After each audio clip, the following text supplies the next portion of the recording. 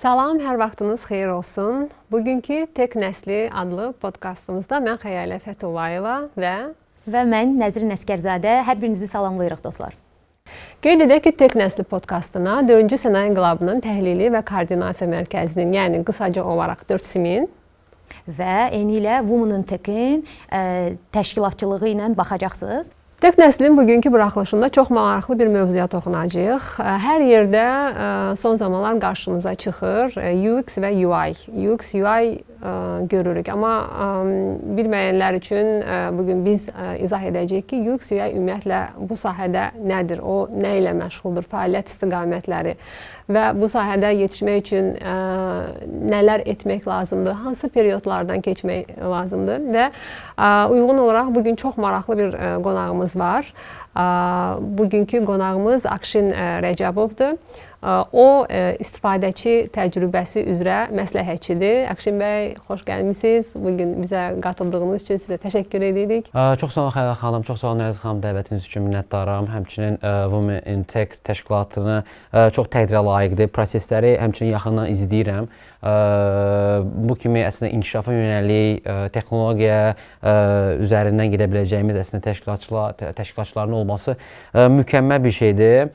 Ümumiyyətlə bizi dinləyənlər üçün, həmçinin də bu mövzu adı altında danışacağımız üçün istəyirəm ki, çox qısa bir özüm haqqında məlumat verim ki, dinləyicilərə də həmçinin daha ehtiyacımız var. Yes, ola bilər.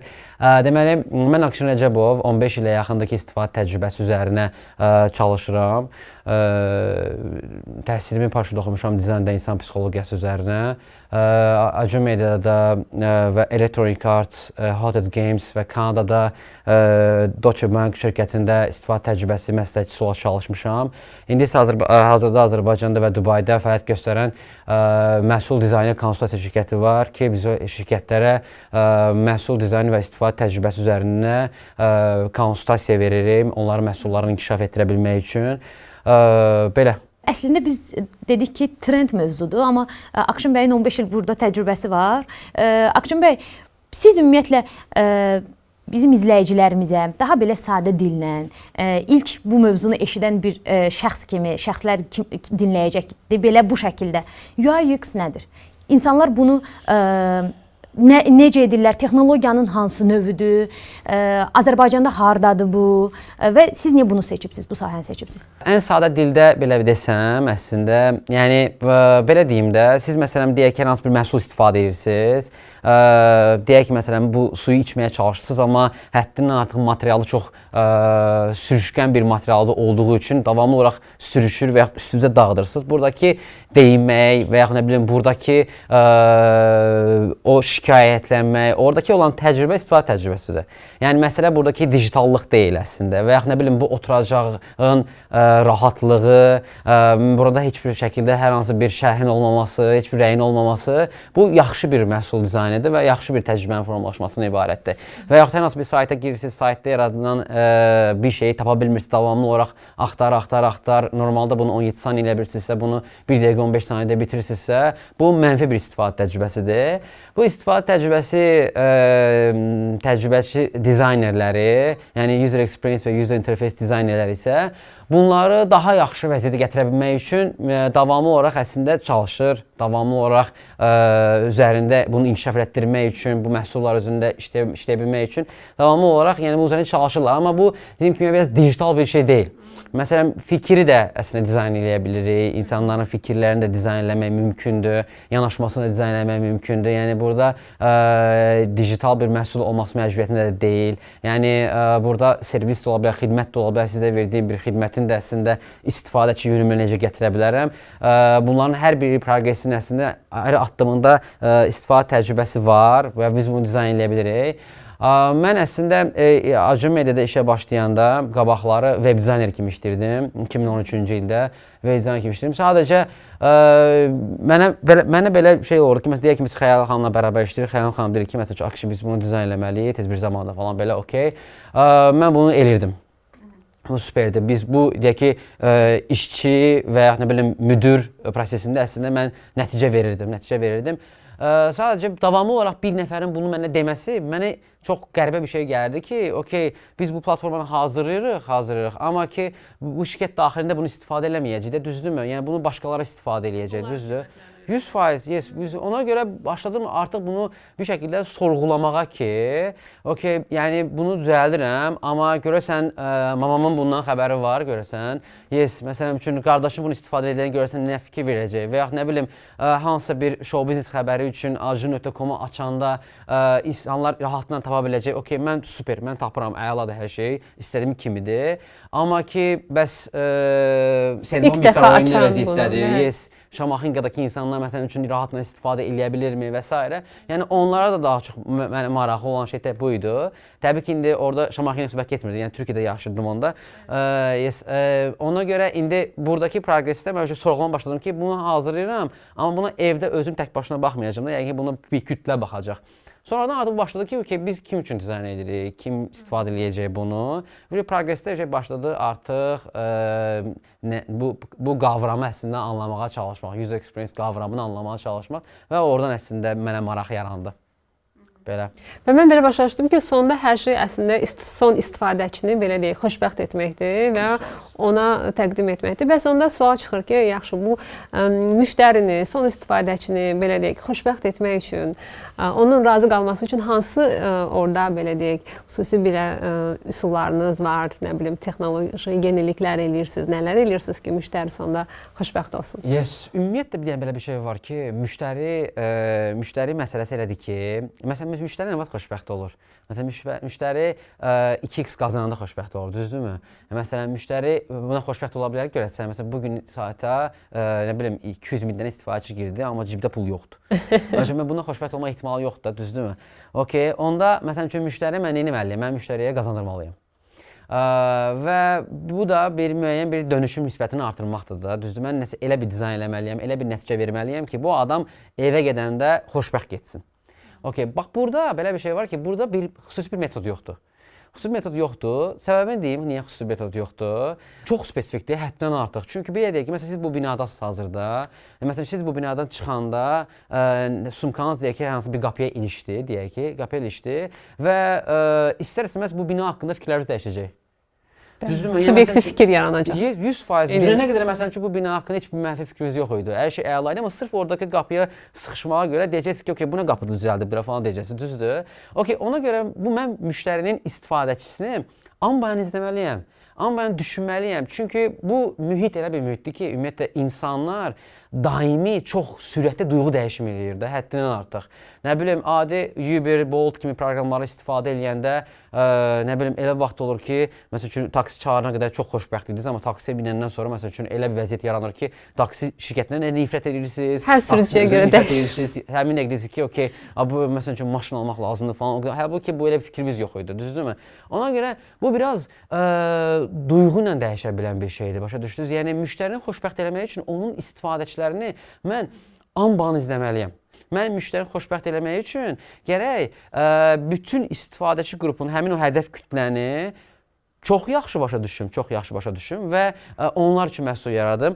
Mən müştərilərimə deyirəm ki, uşaqlar, oturmuşsunuz kondisionerin altında, çox yaxşı bir kompüterin qarşısına oturmuşsunuz, yanımızda meyvəviz, suyunuz, çayınız, oturmuşsunuz ayda 500 manat qazanan, 2 uşağı olan birisinə kreditə müraciət edən birisi üçün məhsul hazırlayırsınız. Yəni bu elə bir şey deyil. Mümkün deyil, sən onun kimi düşünə bilmərsən. Yəni empatiya eləməsi üçün, necəsə ondan 100% ki, sən onun kimi düşünməyə çalışmalısan. Lazım gəlsə məsələn üçün elə olmalısan. Yəni elə olmalısan. Biz Deutsche Bankda bir progres apardıq. Hardasa 1 illik bir progres idi. Biz insan resursları üzrə ekspertlər üçün bir məhsul hazırladıq Deutsche Bankda. Onları anlaya bilməyimiz üçün onlar hardadırsa, onların çünki 38 dənə ölkədədir. 24 dənə ölkəyə biz getdik hər birinə, bütün əməkdaşlarla bərabər getdik. Bir ay onlarla bərabər qaldıq. necə qaldıq? Məsəl üçün onlar nə işləyirsə biz onu işləməyə çalışırdıq. Yəni onlar nə edirsə biz eləməyə çalışırdıq. Çünki onlar üçün məhsul hazırlamasa gərək onlar kimi olmağa çalışım. Və bu elə bir şeydir, başqa cür mümkün deyil. Biz bilirik ki, siz həmçinin də süni intellekt üzrə dizaynersiniz. Bəs nə qədər data lazımdır ki, siz bunu bu qədər avtomatlaşdırasınız və ümumiyyətlə süni intellekt hər şeyi dəyişir. Dizayn sektorunu necə dəyişir? Yəni süni intellektdən dizayn sektorunda sizlər daha doğrusu necə istifadə edirsiniz? Ümumiyyətlə, data məsələsi elədir ki, məsələn üçün, hazırda bu dəqiqə yaşadığım bir təcrübə, məsələn üçün, sizi tanımağım və yaxud nə bilim, bundan əvvəlki bu prosesə qədər gələcək olan, məsələn, resepsiyada insanı tanımağım falan, bunları mən hamısını bacara bildiyim qədər data kimi qəbul edirəm və hər bir insanın, məsələn üçün, bir yanaşmasını data kimi qəbul edirəm ki, mən çünki Xəyalə xanım üçün məhsul hazırlayacağam, Nəzir xanım üçün məhsul hazırlayacağam və yaxud aşağıdakı olan polis üçün məhsul hazırlayacağam və onu mən bir şəkildə müşahidə eləyib bir data kimi qəbul edirəm. Süni intellekt əslində çox mükəmməl bir yol dostudur, belə deyim də. Çünki təhlil proqresi ən çətin bir prosesdir. Yəni, əlimdə məsəl üçün, həddindən çox proqres olduğu vaxtı, data olduğu vaxtı bunların içindən istədiyini məsəl üçün yığmaq çox çətindir də. Amma süni intellektin əslində burada rolu odur ki, hazırda bu dəqiqə bir faktorlar var ki, məsələn, birinci faktor odur ki, çox mükəmməl bir təhlilçidir. Bütün dataları ona təqdim edib, istədiyim datanı ona filtrasiya eləyə bilirəm. Təbii ki, süni intellektə qədər bunu eləmək olar. Məsəl üçün, machine learning-lə də bunu eləmək olurdu normal olaraq əslində. Sadəcə bu dəqiqə belə vəziyyət belədir. Hardasa iyunun 26-sı Figma şirkəti bir dənə belə bir təqdim elədi ki, sadəcə prompt yazaraq UI ekranı rahatlıqla tərtib eləyə bilirsiniz. Hər hansı bir dizayn çıxara bilirsiniz ortaya. Bu mükəmməl bir şeydir əslində. Mən özüm də aktiv olaraq istifadə edirəm. Bu əla bir şeydir. Figma tərəfdə belə bir feature-ın olması əla bir şeydir. Bunun səbəbini deyim. Çünki bu belə feature-lar zəif insanlar üçün, belə özgüvənsiz insanlar üçün belə bir şey çıxarır ortaya ki, okeydə yəni bitdi. Yəni biz bunu tartıb bu işi qoyaq, gedək məsələn üçün maşın ustalıq öyrənək. Çünki eğer bunu elədir. Soruşacaqdım ki, bu UX UI dizaynerlər üçün demotivasiya olmadı mı? Yox, demotivasiya olmalı. Niyə? Çünki belə bir şey var. UI, yəni interfeys bir widgetdir.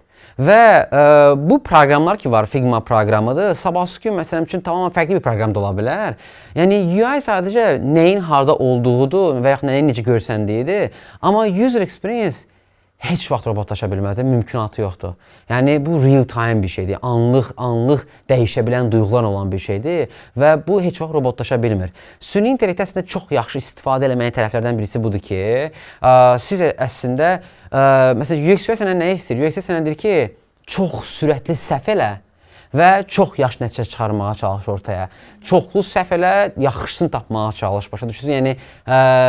Yəni bu proses çünki heç vaxt bitmir. Şirkətlərin heç birisində bu proses heç vaxt bitmir və nə etmək istəyirlər? Deyirlər ki, çox sürətli sprintlər eləyək, səhvlər eləyək və daha çıxaraq və bu AI ilə də biz çoxlu sürətli səhvlər eləyib daha yaxşısını empatiya eləyə bilərik. Üçüncü halda budur ki, mənim məsələn üzərində işlədiyim bir dənə layihə var.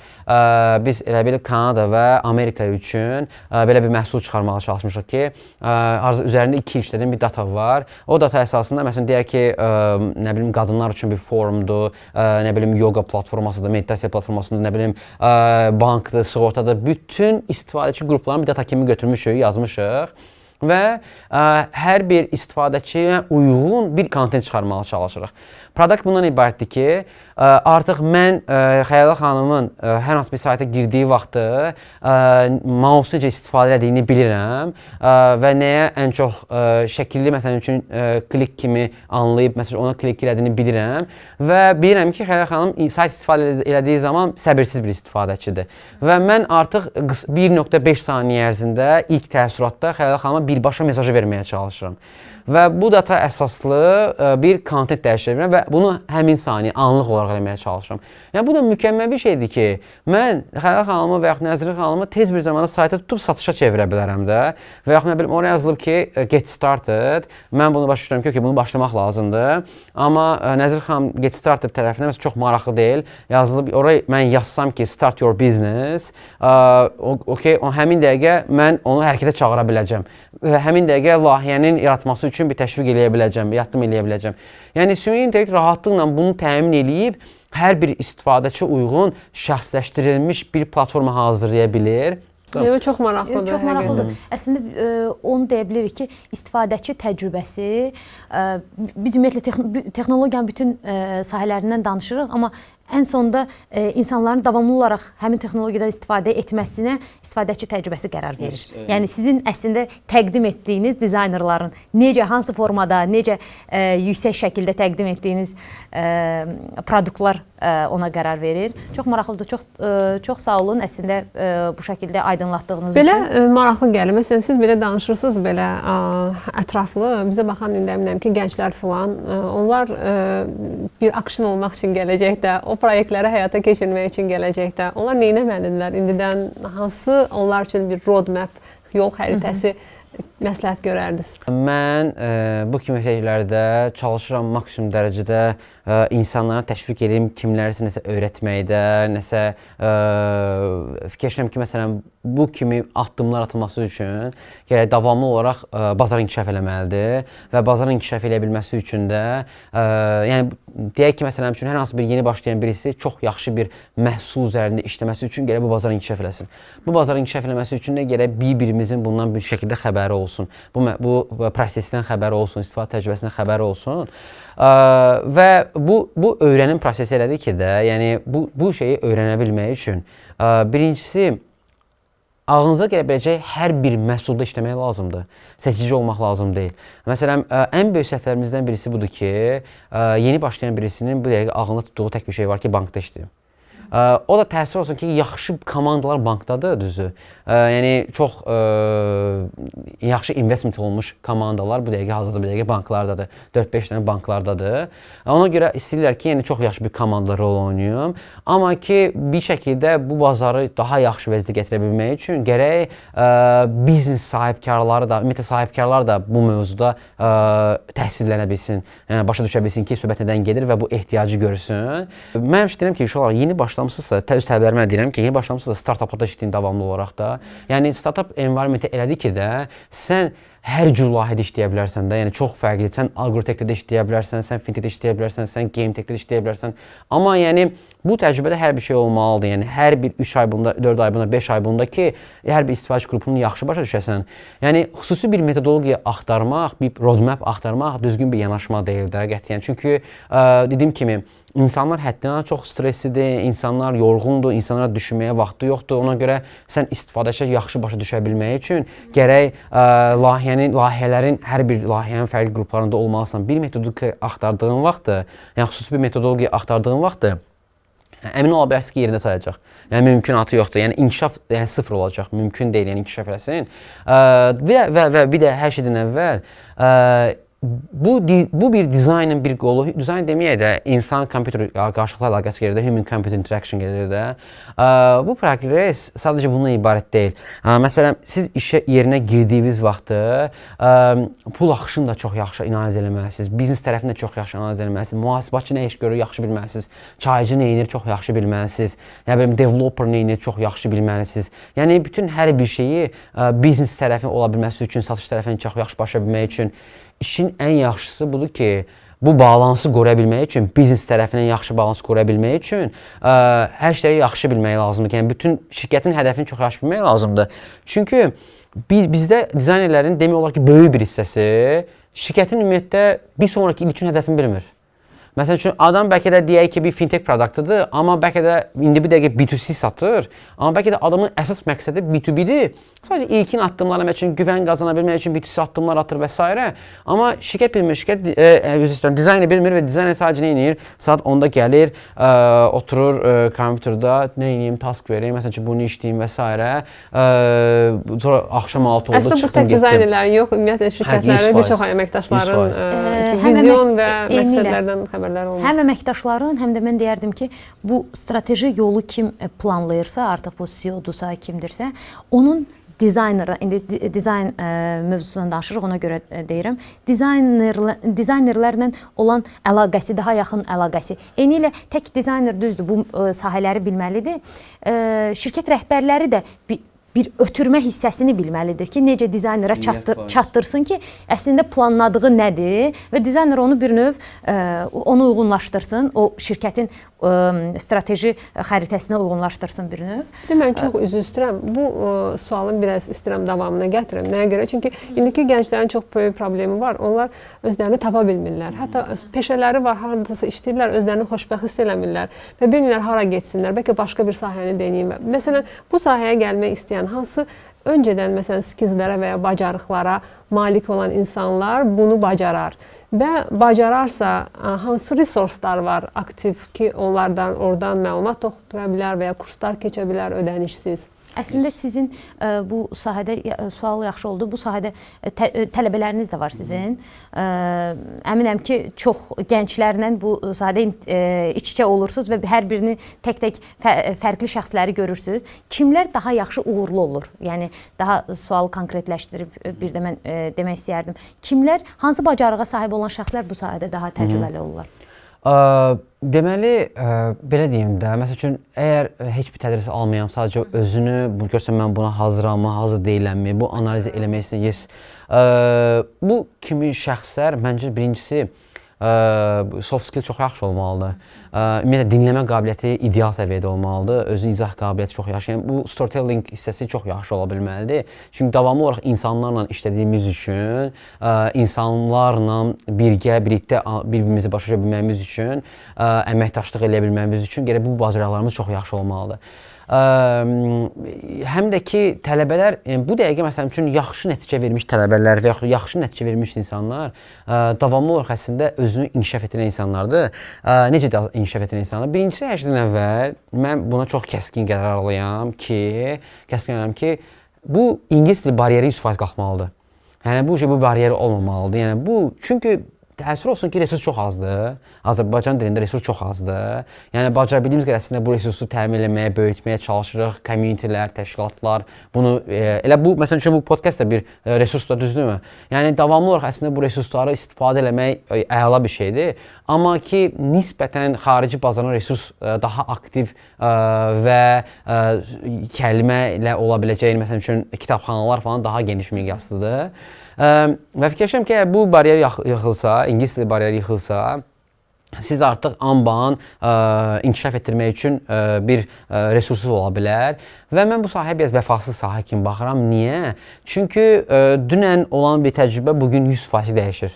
100% dəyişir və öyrəndikləriniz artıq keçmiş olur. Çox keçmiş olur. Çünki yenə dediyim kimi insan mərkəzli bir şey olduğu üçün, yəni dünən hər şey super idi. Bir də təsəvvür edin ki, dünən hər şey super idi. Sabah gün mənə deyirlər ki, evdən çıxa bilmərsən. Karantindir. Başa düşün, yəni mənim bir dənə psixologiyaya baxın, amma mən özüm çox ekstrovert bir insanam, hərəkət eləməkdən dayana bilmirəm də. Məsələn üçün mən bir evdə ürəyim sıxılır, dəli oluram, başa düşün, bir sabit bir yerdə qalanda. Məsələn, bu mənim çox psixoloji təsir edir, bu karantin məsələsi, məsələn, o şeylər mənə çox təsir edir və istər-istəməz bu mənim nəyimə dəyişir, məsələn, vərdişlərimi dəyişir də, vərdişlərimi dəyişir və ona görə sən artıq 2008-ci ildə öyrəndiyin istifadə təcrübəsi, bu artıq 2024-cü ildəki olan şey işləmir. Gərək sən davamlı olaraq resurs tapıb və yaxud resurs yaradıb, özünü inkişaf etdirməyə çalışmalısan. Yəni, davamlı inkişaf tələb edən bir şeydir bu. Və hər şeydən əvvəl gərək alətlər üçün çalışmayasan. Məsələn, atıram, bu aləti yaxşı öyrənim, daha yaxşı məhsul çıxarım ortaya. Yəni, bu elə bir şey deyil. Mən bir məsələni öyrənmək istəyirdim. Siz əslində müəyyən qədər gənclərlə işləyirsiniz, öyrədirsiniz. Bəs məzun olanlar Azərbaycan bazarında tələbat necədir məzunlar üçün? Startapları qeyd elədi. Startaplar əslində çox yaxşı nümunədir. İlkin öz biliklərini daha da möhkəmləndirmək üçün. Bəs qurumlar bu sahəyə ümumiyyətlə banklar əladır, banklarda vəziyyət. Qurumlarda vəziyyət necədir? Ümumiyyətlə məzunları bu qədər məzun var. Şirkətlərlə müqayisədə Azərbaycan bazarında bu tələbat necədir və ödəyirmi məzunlar bazar tələbatını? Biraz hazırda bu dəqiqə, yəni hazırda bu dəqiqə dəhşət dərəcədə, yəni son 3-4 ildə dəhşət çox dizayner çıxdı ortaya, dəhşət çoxdur. Və bir şəkildə bazar dəyərinin bazarın ehtiyaclarını ödəyə bilməyən də dizayner çoxdur. Bu biraz təlim proqresindən də qaynaq ola bilər ki, məsələn mən özüm deyək ki, Azərbaycan bazarına ümumiyyətlə heç işləməmişəm. Heç işləməmişəm, yəni son 1 ildə artıq başlamışam işləməyə Azərbaycan bazarı ilə. Və məsəl üçün beynim ancaq gedir, məsəl üçün xarici bazar üçün. Amma öz tələbələrimi görürəm ki, məsəl üçün bu uşaq burada yaşayacaq da, düzdürmü? Məsəl üçün mən xarici bazardan nümunələr verib onu öyrədirəm. Amma o gedib hansısa bir Azərbaycan şirkətdə işlədiyi ki, yəni bu xəyallar dünyasında yaşayırmışam deyə mənə bu reallıqda belə bir şey yox imiş deyə fikirləşirlər. Amma bu dəqiqə aslında Azərbaycan bazarının genişliyini nisbətən əslində əvvəlki illərə nisbətən belə içim rahatdırmı? Çox az bir şəkildə rahatdır deyə bilərəm. Çünki əsas odur ki, yəni aşağıya bir düşüş yoxdur.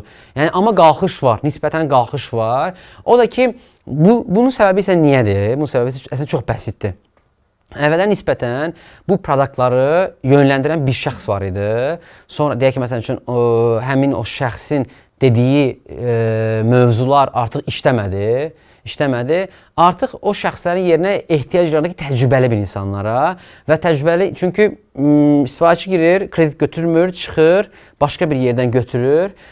Onda biz nə etməliyik? Daha təcrübəli bir adam eləmə getməliyik ki, o istifadəçi gəlib kredit götürsün bizdən. Yəni həmin dəqiqə o end user olsun və user customer ola bilsin, çevrilə bilsin, tez bir zaman satış edə bilək ona. Və bu da nisbətən artıq bir gözümüz açıldı ki, bizim daha çox istifadəçiyə ehtiyacımız var və bunu tapa biləcək insanlar kimlərdirsə onu tapmağa gətirməyə çalışaq.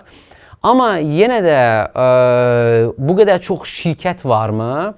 Bu qədər çox şirkət yoxdur. Vakansiyalar əslində çox dəhşətli, çox geniş deyil. Fikirləşirəm ki, bunun səbəbi bayaqların Əzəl xanım əslində dediyi kimi, bunun səbəblərindən birisi odur ki, əslində bizə tələbələr üçün, institut tələbələri üçün UX/UI dizayn təlimi lazım deyil. Əslində bizə biznes sahibkarları üçün UX/UI təlimi lazımdır. Çünki bu ehtiyacı bir şəkildə görülməlidir. Bu başa düşülməlidir ki, mənim deyək ki, nurlana ehtiyacım olsun, komandamı alım və hər şeydən əvvəl birinci çox geniş bölünmüş, artıq yekə bir enerji topuna gəlmiş bir egoizm var. Bunu çöl atmaq lazımdır. Və bu yaxlar təkrar kimi olmasın, yeni məzun olan birisi yüksək hədəflər qoymaq yaxşı bir şeydir, əla bir şeydir. Amma 100% bir startup təcrübəsi olmalıdır. Yəni, mən özüm də bir startupram. Mən də çox xoşum gəlir startuplarda işləmək və s. Sıfırdan o prosesləri görmək üçün. 100% çox mükəmməl bir challenge-dir bu. Əla bir challenge-dir. Mən özümə çox ləzzət eləyir, məsələn, bu challenge-da olmaq və iştirak eləmək. Və keçən dəfə, məsələn, bir tədbir var idi. Orada ki, xanıma deyirəm ki, xanım deyir ki, məsələn, vakansi tapa bilmirik falan filan. Deyirəm ki, sən nə vaxt məzun olmuşsun? Deyir ki, 1 ay əvvəl mən məzun olmuşam. Deyirəm, açığı mən heç vaxt sənə işə götürmərəm. Çünki belə deyim də, yəni sən mənim şirkətimi geri salacaqsan və sən mənim şirkətimi geri saldığın üçün sənə aylıq 800 manat maaş verəcəm. Və deyəcəm ki, məsələn, mən sənə daha çox vaxt xərcləyib sənə nəsə öyrətməyim üçün də əlavə 800 manat xərcləyəcəm. Yəni bu mənə çox mənasız gəlir. Mən ona görə daha çox middle səviyyədə birisini götürməliyəm ki, mənim işimi davam etdirə bilsin. Sən nə edə bilərsən? Sən gəlib mənə deməlisən ki, bax mən 4-5 dənə belə startupda işləmişəm, məhsulda işləmişəm. Artıq müəyyən bir təcrübəm var. Onda səni dəyərləndirmək olar, onda bərabər işləmək olar. Bax belə maraqlı bir nümunə verim. Amerikada bu dəqiqə junior vakansiya tapa bilmərsiniz. Yəni mümkünatı yoxdur. Ümumiyyətlə elə bir vakansiya yoxdur. Çünki Amerikadakı yeni başlayan dizaynerlərin çoxusu bilir ki, startupda işləmək lazımdır. Yəni həmin dəqiqə orada bir təcrübə qazanıb eləyib, o environmentdə olub, networking, business side, sales side, hamısının təsirini qəbul eləyib, artıq şirkətə tabe ola bilərik. Məsələn, mən 5 gün əvvəl Paşa Holdingin şirkətlərinin daxilində olan bir dizayn departamentinin müdürü var, onunla görüşmüşəm ki, ümumi elə belə sadəcə görüşürük ki, nə edirsən, nə eləmirsən və s. O deyir ki, məsələn, vakansiyalara baxıram, heç məmnun deyiləm də deyir. Deyirəm ki, niyə? Çünki gəlirlər, bizlə qısa müddət 1 aylıq testləri işləyirlər. Məsələn, götürüb mənə baxırlar ki, məsələn üçün, nə edeyim? Məsələn, iş ver işləyək. Başa amma sən nə etməyə çalışmalısan? Sən birinci analiz elə, məsələn, nəsə bir challenge eləməyə çalış, ortaya çıxarmağa çalış. Getdim, apardım applikasiyanı, danışdım, aşağıda söhbət elədim. 100, 200, 300 dənə insana danışdım. Biz bunu düzəltməliyik. Özünü müdafiə etməyə çalışmalısan, gətirdiyin solusyonu bir şəkildə arxasında durmağa çalışmalısan. Bizdə bu proqres nisbətən çox zəifdir. Çox zəifdir və bundan da nisbətən qorxurlar, bu challenge-a girməyə qorxurlar. Bu da nisbətən əslində biznes tərəfdə də bir necə şey qatırır, stabillik qatırır da, stabillik qatır və biznesdə inkişaf eləməməyə başlayır. Yəni burada artıq bir növ güc məzunların da üzərinə düşür ki, onlar özləri artıq nələrsə etməyə başlasınlar. Qarşısındakı menecerdən həm özlərinin inkişaf etməsinə, həm də startaplara dəstək olsunlar. 100%, oradan başlamaq lazım. Amma ki indi bir dəqiqə biznes yerlərinin inkişafı, yəni elədir ki, yəni nisbətən deyək ki, saatda 180 kilometrdən uçmur, amma ki bir 20-30-a qalxmağa çalışır, yəni nisbətən biraz sürətlənməyə çalışır. Yəni dediyim kimi bir şəkildə bu biznes sahibkarlarını falan bir educate eləmək lazımdır, öyrətmək lazımdır. Həmçinin təhsildə çox yaxşı səviyyədə olmalıdır və təhsildə də bir şəkildə insanların kompüteri, telefonu, planşeti necə istifadə eləməli ilə əlaqədar bir təhsildə verilməlidir. Bu özü də çox böyük bir şeydir. Bu experience insanın özünə buraxılmamalıdır əslində. Çox sağ olun Akşin bəy. Biz Xəyalə xanımdan çox həzz aldıq söhbətdən. Hətta davam eləyərdik, sadəcə vaxtımız limitlidir. Bəli. Dostlar, hər birinizə çox təşəkkür edirik ki, bugün bizləydiniz. Biz artıq növbəti çəkilişlərdə görüşmək ümidi ilə deyək. Tek Nəsli podkastının sonuna gəldik və hər çəkilişdə qeyd etdiyimiz kimi mütləq ki bizə bu rəylərinizi yazmağı unutmayın. Hansı mövzulara toxunmağımızı istəyirsiniz? Hansı spikerləri dəvət etməyimizi istəyirsiniz? Və biz də əlbəttə ki sizlər üçün daha çox faydalı olmağa çalışacağıq ki, mövzularımızda, spikerlərdə, toxunduğumuz hissələrdə daha geniş və daha ətraflı şəkildə müzakirə eləyək. Bəli, Tek Nəslinin bugünkü podkastına 4 və bu Menentekin birgə əməkdaşlığı çərçivəsində yekun vurduq və qonağımız Akşin Rəcəbov idi. Çox sağ olun, gələn görüşlərdək.